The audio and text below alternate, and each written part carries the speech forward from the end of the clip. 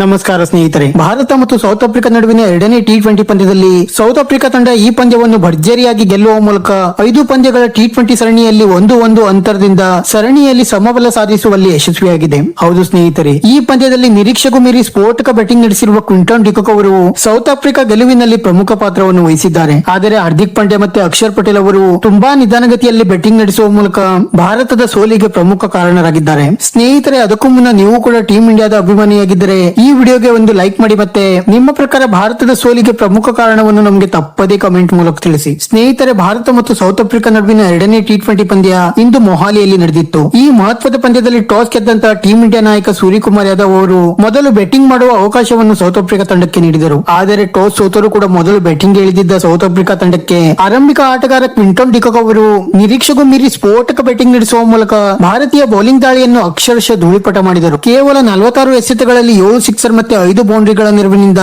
ಭರ್ಜರಿ 90 run ಸಿಡಿಸಿದ Quinton de Kock ಅವರು south Africa ತಂಡಕ್ಕೆ ಭದ್ರ ಬುನಾದಿ ಹಾಕಿಕೊಡುವಲ್ಲಿ ಯಶಸ್ವಿಯಾದರು. ನಂತರ ಕೊನೆಯ ಹಂತದಲ್ಲಿ ಅಷ್ಟೇ ಅದ್ಭುತ ಬ್ಯಾಟಿಂಗ್ ನಡೆಸಿದ ಡೆನೋನ್ ಫೆರೇರಾ ಮತ್ತೆ ಡೇವಿಡ್ ಮಿಲ್ಲರ್ ಅವರು ಕೆಳ ಹಂತದಲ್ಲಿ ಸ್ಫೋಟಕ ಬ್ಯಾಟಿಂಗ್ ನಡೆಸಿ ಸೌತ್ ಆಫ್ರಿಕಾ ತಂಡದ ಮೊತ್ತವನ್ನು ಬರೋಬ್ಬರಿ 213 ರನ್ಗಳಿಗೆ ತಲುಪುವಂತೆ ಮಾಡಿದರು. ಭಾರತದ ಪರ ಪ್ರಮುಖ ವೇಗಿಗಳಾದ ಹರ್ಷದೀಪ್ ಸಿಂಗ್ ಮತ್ತೆ ಜಸ್ಪ್ರೀತ್ ಬುಮ್ರಾ ಅವರು ಇಂದು ತುಂಬಾ ದುಬಾರಿಯಾಗಿ ಪರಿಣಮಿಸಿದರು. ಹರ್ಷದೀಪ್ ಸಿಂಗ್ ಅವರು 4 ಓವರ್ಗಳಲ್ಲಿ 54 ರನ್ ನೀಡಿದರೆ ಜಸ್ಪ್ರೀತ್ ಬುಮ್ರಾ ಅವರು 4 ಓವರ್ಗಳಲ್ಲಿ ಬರೋಬ್ಬರಿ 45 ರನ್ ನೀಡಿದರು. ನಂತರ 214 ರನ್ಗಳ ಬೃಹತ್ ಗುರಿ ಬೆನ್ನಟ್ಟಿದ ಭಾರತ ತಂಡಕ್ಕೆ ಶುಭ್ಮನ್ ಗಿಲ್ ಅವರು ಖಾತೆ ತೆರೆಯುವ ಮುಂಚೆ ಔಟ್ ಆಗುವ ಮೂಲಕ ಭಾರತ ತಂಡಕ್ಕೆ ಆರಂಭದಲ್ಲಿಯೇ ದೊಡ್ಡ ಆಘಾತ ನೀಡಿದರು. ನಂತರ ಸ್ಫೋಟಕ ಬ್ಯಾಟ್ಸ್ಮನ್ ಅಭಿಷೇಕ್ ಶರ್ಮಾ ಅವರು ಕೂಡ 17 ರನ್ ಗಳಿಸಿ ಪೆವಿಲಿಯನ್ ಸೇರಿಕೊಂಡರೆ ಒನ್ ಡೌನ್ ಆಗಿ ಕಣಕ್ಕಿಳಿದಿದ್ದ ಅಕ್ಷರ್ ಪಟೇಲ್ ಅವರು 21 ಎಸೆತಗಳಲ್ಲಿ 21 ರನ್ ಸಿಡಿಸುವ ಮೂಲಕ ನೆರೆದಂತ ಅಭಿಮಾನಿಗಳಿಗೆ ತುಂಬಾ ನಿರಾಸೆ ಮೂಡಿಸಿದರು. ನಂತರ ಸೂರ್ಯಕುಮಾರ್ ಯಾದವ್ ಅವರು ಕೂಡ ಕೇವಲ 5 ರನ್ ಗಳಿಸಿ ಇನ್ನೊಮ್ಮೆ ವಿಫಲರಾದರೆ ತಿಲಕ್ ವರ್ಮಾ ಅವರು ಒಂದು ಬದಿ ಸ್ಫೋಟಕ ಬ್ಯಾಟಿಂಗ್ ಮಾಡಲು ಆರಂಭಿಸಿದರು. ಆದರೆ ನಂತರ ಬ್ಯಾಟಿಂಗ್ ಗೆ ಬಂದ ಹಾರ್ದಿಕ್ ಪಾಂಡ್ಯ ಅವರು ಕೂಡ